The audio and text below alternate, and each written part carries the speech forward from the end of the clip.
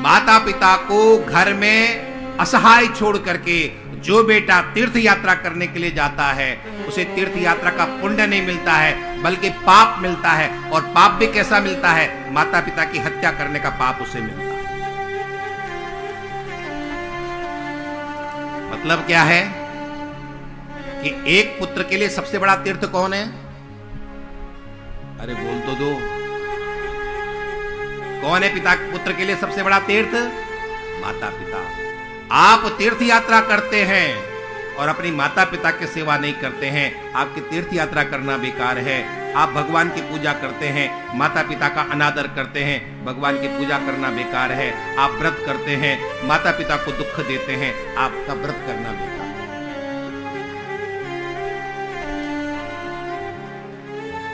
और आज के समय में मैं देखता हूं, आज के समय में सबसे ज्यादा दुखी यदि कोई है तो माता पिता दुखी।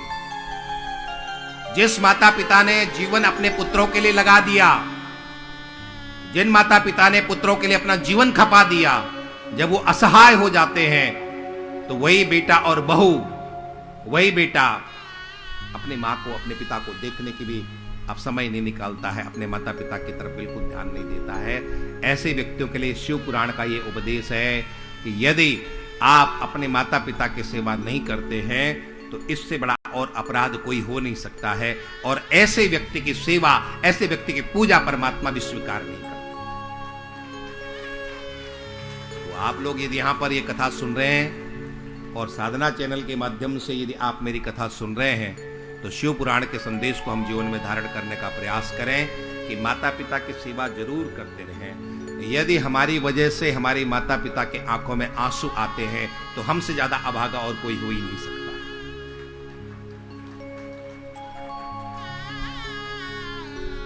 और माता पिता, मैंने पहले भी कहा था, बेटे के लिए माता पिता और बहू के लिए सास ससुर। जिस तरह से बेटे के लिए माता पिता है उसी तरह से सास के लिए, आप बहू के लिए सास ससुर।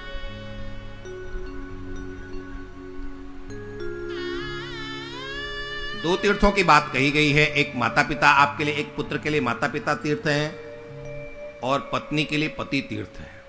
यहां शिव पुराण कहता है, इदम सन्निहितम तीर्थम सुलभम धर्म साधनम पुत्रस्य च स्त्रियाश्चैव तीर्थम गेहे सुशोभनम। पुत्र के लिए सबसे अच्छा तीर्थ घर में ही है। आपको वृंदावन जाने की जरूरत नहीं, आपको द्वारिका जाने की जरूरत नहीं, आपको बद्रीनाथ जाने की जरूरत नहीं है, यदि आप अपने माता पिता की सेवा करते हो तो।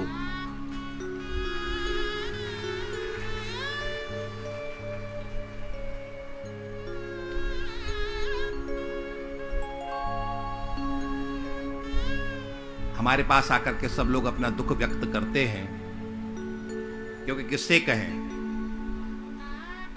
घर में किसी से कह नहीं सकते हैं, रिश्तेदारों में किसी से कह नहीं सकते हैं, तो हम ही से आकर के फिर अपना दुख, गुरुओं से आकर के अपना दुख व्यक्त करते हैं बूढ़े लोग। और सुन करके कभी कभी मेरा दिल बहुत दुख पाता है कि क्या ऐसी संतानें भी हो सकती हैं, जिन कहते हैं ना कि एक माँ बाप 5 बच्चों का पेट पाल लेते हैं, लेकिन 5 बच्चे मिलकर के अपने माँ बाप का पेट नहीं पाल पाते।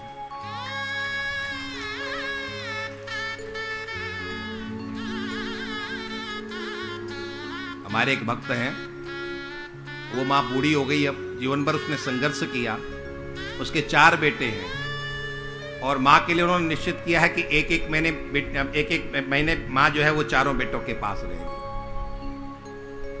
यानी एक बेटा अपनी माँ को नहीं रख सकता, एक बहू अपनी माँ को, अपनी सास को नहीं रख सकती है। माँ को हर महीने अपना घर बदलना है, आज उस बेटे के यहाँ, दूसरे महीने दूसरे बेटे के यहाँ, तीसरे महीने तीसरे बेटे के यहाँ, चौथे महीने चौथे बेटे के यहाँ। तो आप समझ सकते हो कि उस माँ की क्या हालत होगी।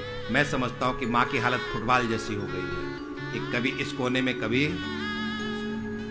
मत करना कभी अपने माँ बाप के साथ में ऐसा।